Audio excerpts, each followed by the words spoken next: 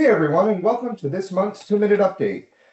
Hate to sound like a broken record, but hopefully this is the last time. I can't promise it will be.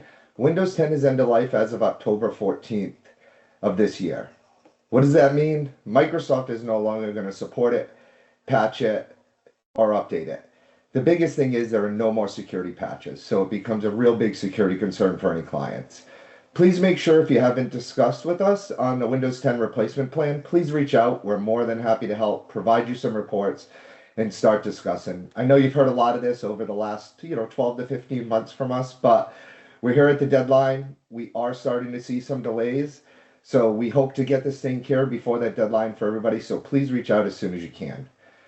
Now, if we don't have enough time, or maybe there are some reasons why we can't upgrade at this time, we also do have some other options in Windows 10 ESU. And you can look back at a previous blog we did on the Windows 10 ESU.